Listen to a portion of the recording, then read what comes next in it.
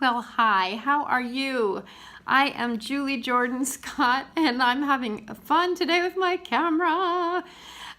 This is day 4, and we are talking about what?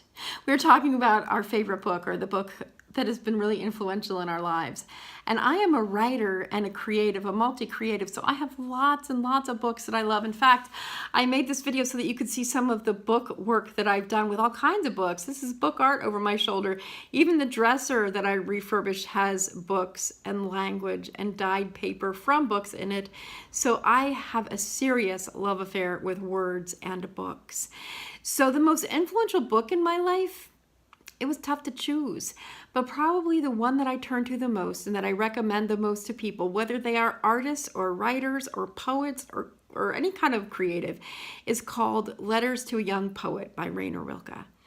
And he wrote this book, not as a book, but as a series of letters to, yes, a young poet, because Rilke was a famous poet in his age, and he wrote this correspondence to a young man who was attending the same school that he attended, same boarding school. It was a military boarding school in a tough environment for a poet to live in.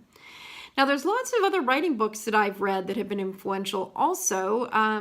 The one that's kicked off the others that are similar or have similar ideas about writing practice was, I think the original was Dorothea Brand's On Becoming a Writer. And then there is, of course, Natalie Goldberg and Julia Cameron, who have very similar methods, just kind of different techniques and carry-throughs.